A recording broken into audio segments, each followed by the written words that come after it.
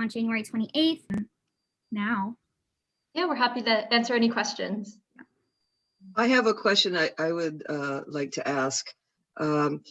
There are so many ways that information gets shared these days, and I'm involved in genealogy. So, I mean, I guess I've done the ultimate thing in sending my DNA to a company.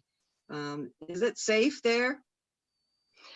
Well, I can't speak to the specific companies. I do know that they offer options through their settings. A lot of the companies offer options to control the amount of data you give them. I know they also have options if you decide you no longer want them to hold your data, they can destroy it or delete any information they have on you. So I would encourage you, for any services you use, to go into their websites, check the privacy and security settings, and kind of see what options are available to you. I have a comment.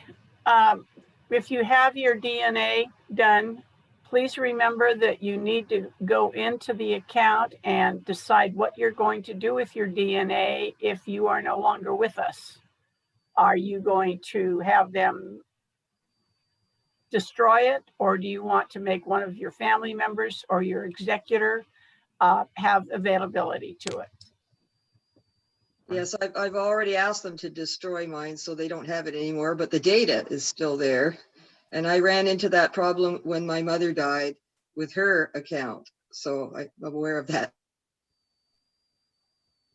Yeah, unfortunately, typically once an organization has your data, it is very hard to have them get rid of it. There are new laws going into place, like GDPR in the EU and CCPA in California.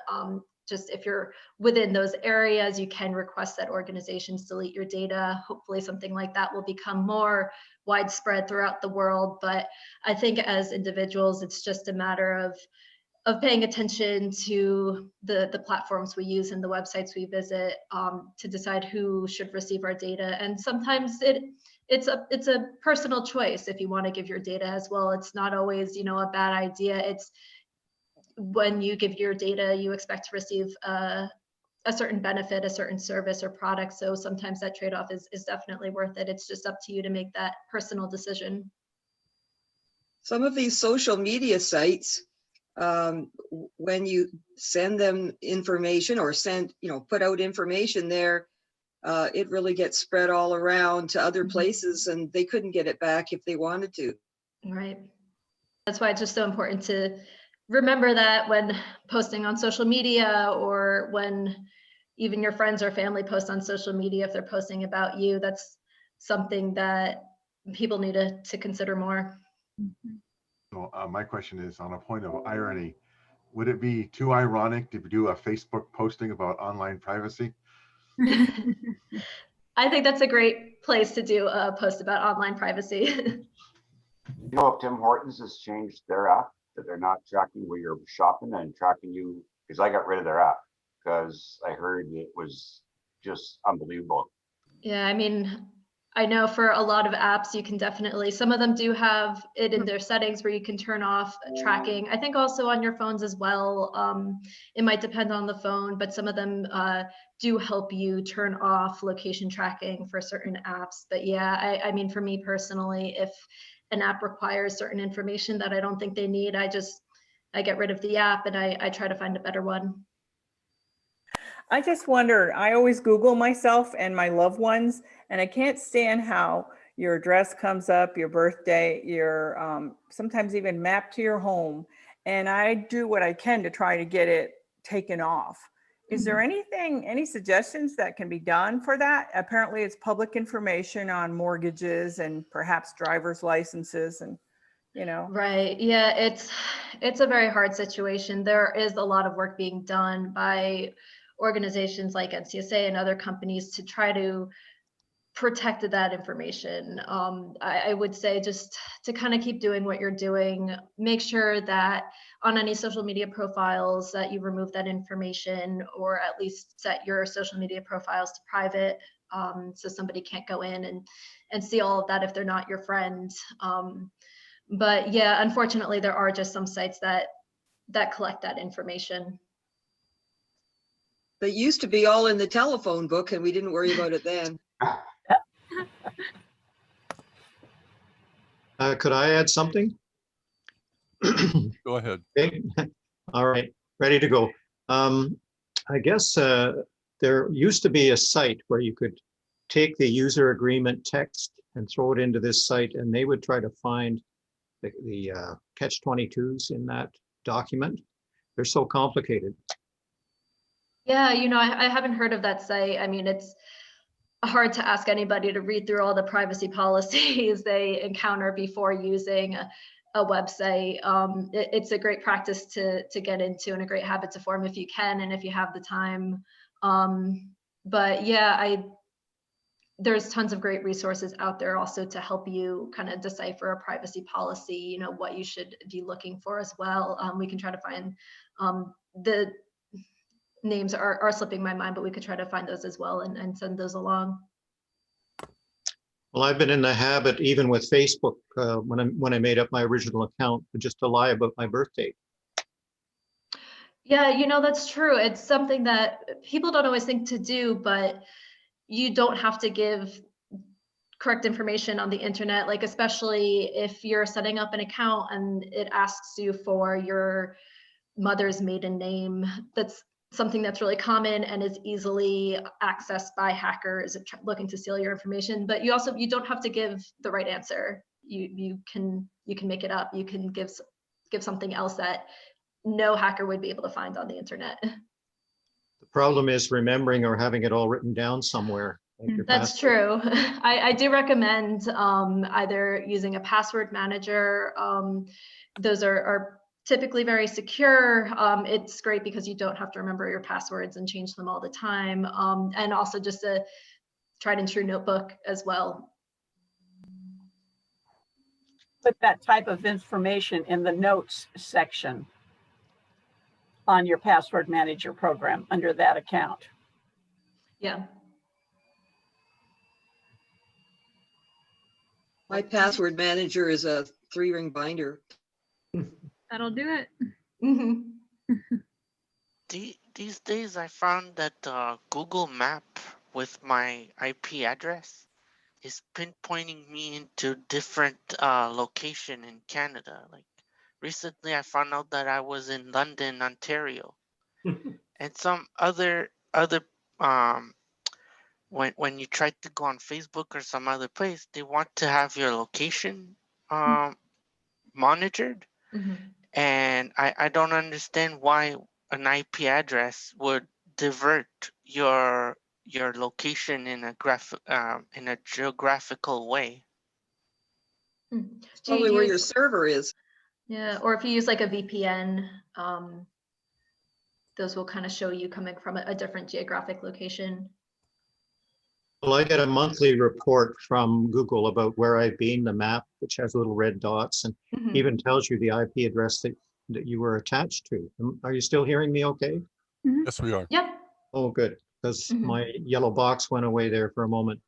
And I noticed that I was in Detroit, according to Google, but I understand that there's a place in Detroit where all of the internet traffic is siphoned off by the US government. And then another place that I have been apparently is in Vancouver, because that's where the servers are for Princess Auto, if you know what that is. Well, Canadians know what that is. I don't know about Americans.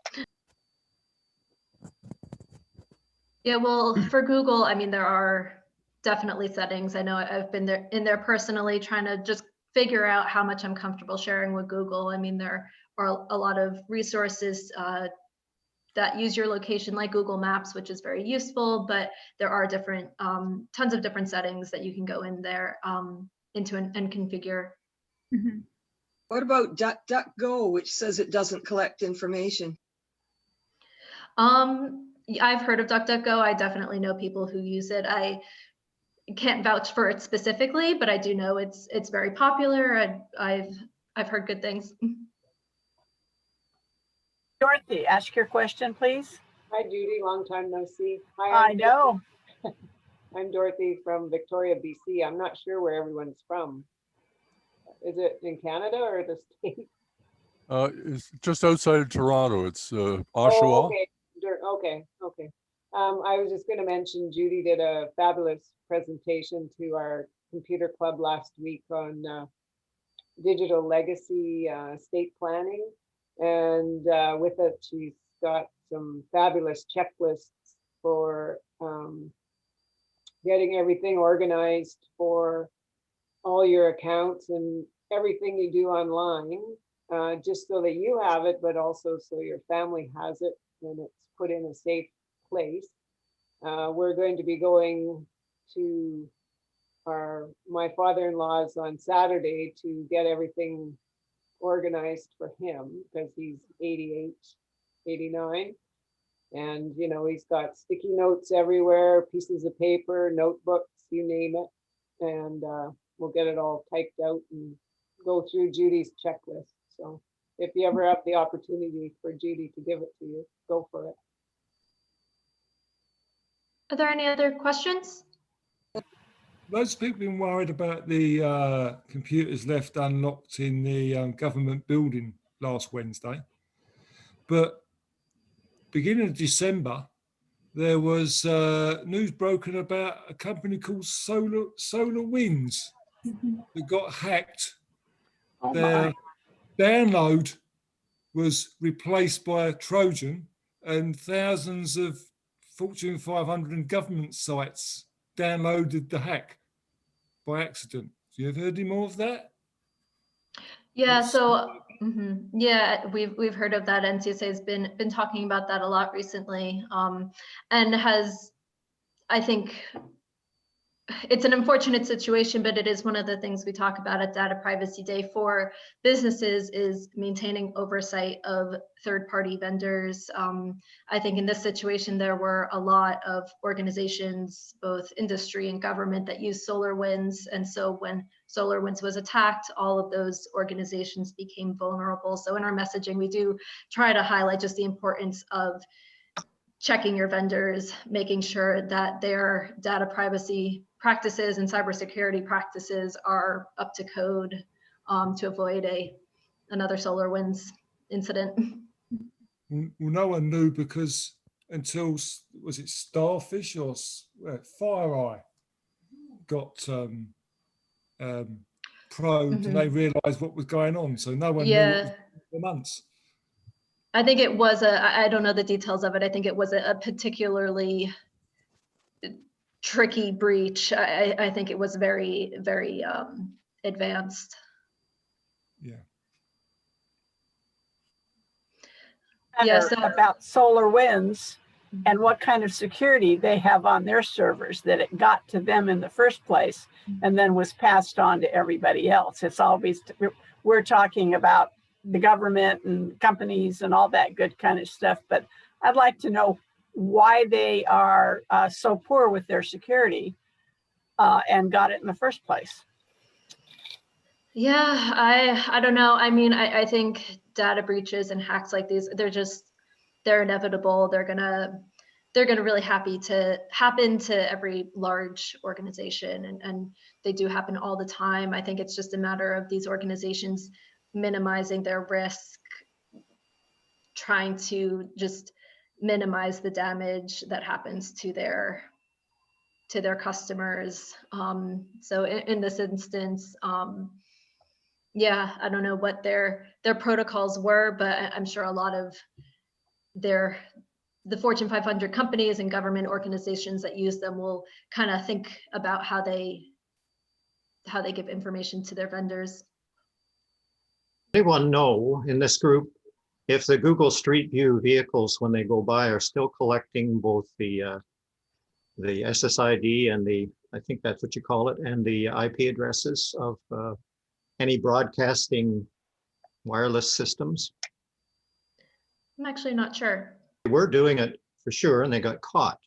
But I'm wondering how Google is doing these maps now when they know every place I've been that has a wireless system, whether I've hooked up to it or not. They know if I've been to the garage where I get the car fixed. They know if I've been to the hospital or, you know, to a store, a grocery store. I always figured it was because they tracked it through their phone. That's what I would think, yeah. Dan has his GPS turned off on. You don't, even with it off, it still knows roughly where you are. I have a question though. So January 28th is Data Privacy Day. So what should we do to participate on that day? A few great ways to participate would be to use our hashtag #PrivacyAware. You can also sign up for the event. It's free to sign up. Just go to our website and you'll find it under Get Involved and attend an event. It's January 28th, noon through 2 p.m. Eastern. And also, we just encourage everybody on Data Privacy Day to talk to anyone you can, talk to employees, to family members, to your community about data privacy practices. We have a ton of resources on our website as well, a ton of tip sheets that are free to download on different topics. So we encourage you to use those, to share them with friends or family, even just to mention in an email or a newsletter, like, hey, here's an interesting Data Privacy Day article, or making sure that people are just being reminded of how they share their data online. To Jennifer and Leah, thank you for your presentation. I actually heard it when I'm part of Microsoft Reactor. So I think you were in the part of, it's Meetup, but it's part of Microsoft, and that's why I kind of asked if you were interested to present, because I found it was interesting. So I wanted the computer club and Judy's club to be able to hear about that event. Yeah, we really appreciate it. It was Yeah. really fun to present to you guys. So thank you so much. Is there a Canadian counterpart or someone that you coordinate with in Canada?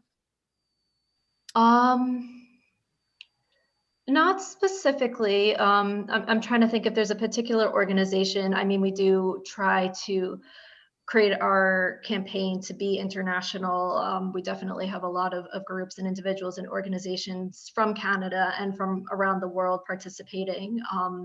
So it really is an international campaign. I actually found your event on a government, the federal Canada government. Okay. Oh. And they had your name and the event posted. Oh, great. Yeah, I know we've worked with the government on also some of our other campaigns like Cybersecurity Awareness Month as well. I had a question. I don't know if it's cybersecurity related, but it is credit card fraud something that is dealt with.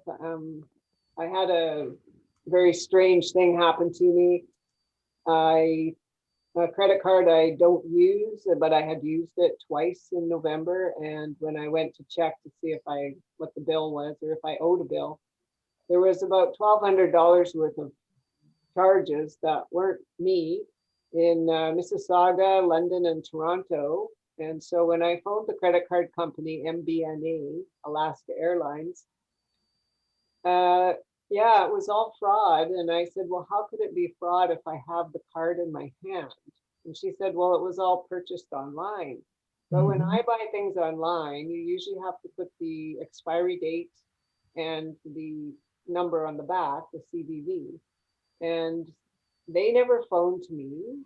And Equifax, who I have for 5 years, never phoned. So I was curious to know why that happened. And then last weekend, my Microsoft account I got an email from Microsoft, and it was real, saying there's activity in Toronto. Is this you? And I said, of course it's not. So that started, I had to change a whole bunch of things. So just curious. Yeah, I mean, credit card fraud is definitely a cybersecurity concern. It's a very common one. I mean, I think we recommend to people to do exactly what you did, contact the credit card company, dispute the charge. They are usually, you know, able to handle it from there. They come up, this happens so often. It is concerning that they didn't kind of notice it and contact you about Yeah, it. It is, because it isn't any stores that I've ever shopped at. And Right. it's in another province, and one, like twice I've been phoned years ago, and they said I was purchasing baby stuff in London, Ontario. Well, I live in BC. So I should have been phoned, because they were quite a few days apart, and these were like $400 and $500 transactions at Eddie Bauer and Columbia, and you know, all these clothing stores. And yeah, it's very Yeah, no, that's really tough. I do think there are different credit card companies and banks as well that will tell you, that will kind of send you a notification if there is a purchase larger than a certain amount. So no, but I was curious, is it me or is it the company that are at risk? So at risk. Well, I'm curious to know where they got the credit card information from. You know, it's hard to know. I mean, it could also be a completely different site that maybe got breached. Maybe it was somewhere you shopped at long ago that had your credit card information and there was a breach. Yeah, unfortunately, is just very common. It can be very hard to track.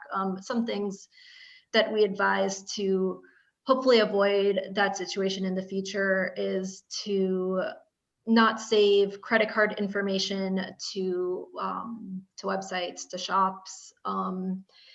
Also, just if you do get a notification like that, or say like you got an email from Microsoft saying there was activity in another place, always change your password immediately as well. And also setting up multi-factor authentication for your accounts, especially email and bank accounts is very important. Thank you. Well, thank you guys so much for having us. Thank you very much. Outstanding. Thank you so much. Thank you. Thank you very much. It was such a pleasure. Thank you so much. Thank you. Bye. Thank you. And if nothing else, it's absolutely fantastic to have young presenters, okay? That's good to hear. And those that are so knowledgeable too. That's really neat. Thank you, Judy. I Thank you. appreciate it. Hope you guys Thank you have a very good rest of your meeting. Thank you. Thank you. Thanks. Bye. Bye. Take care. Bye.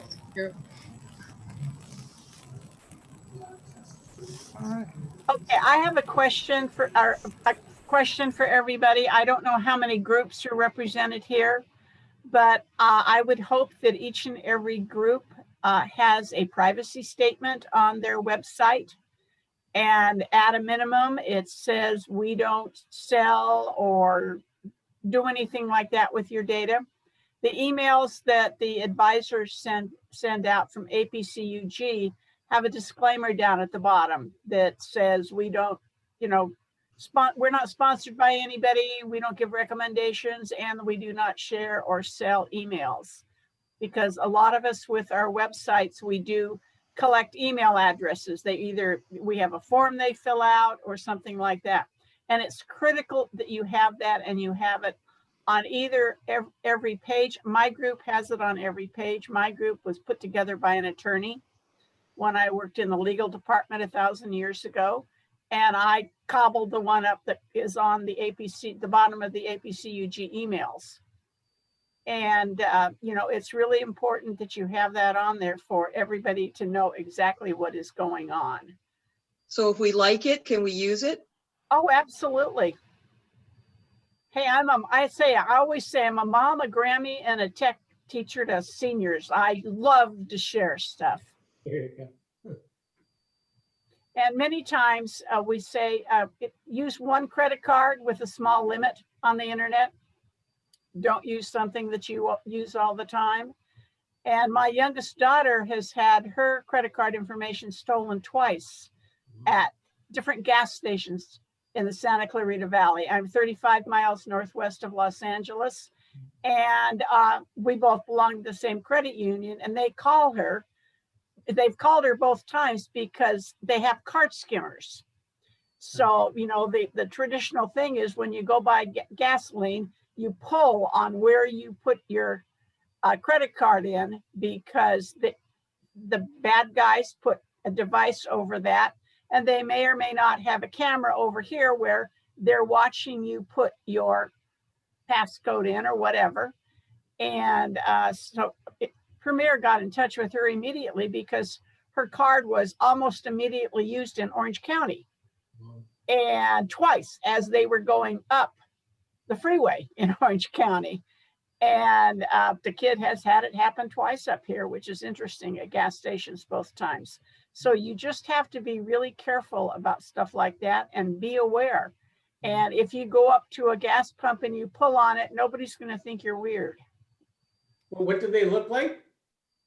They're a device that the bad guys put over where you put your credit card in on a gas pump. Oh, okay. And so before you put it in, you just go and see if it pulls off in your hand. What they're doing now is like Costco and places like that. They'll put a piece of tape on it to show you that it's secure. And I really appreciate that. It's just an extra added step by, you know. So if you pull on it, it comes off then, I gather? Well, if somebody has a skimmer on it, yeah. Yeah, interesting. Yeah, But if it's got that piece of tape on there and the tape's not broken, you're good to go. yeah, some of the ATMs had those applied to them, just Yeah. to steal. Wow. And Bill James Group, I think he might be on the next screen. They had one of the gals from their deputy sheriff's office in Oklahoma. And she gave this really interesting presentation. And she said, when you are, you know, you're at the grocery store or whatever, and you put your credit card in or whatever, and you put your secret code in.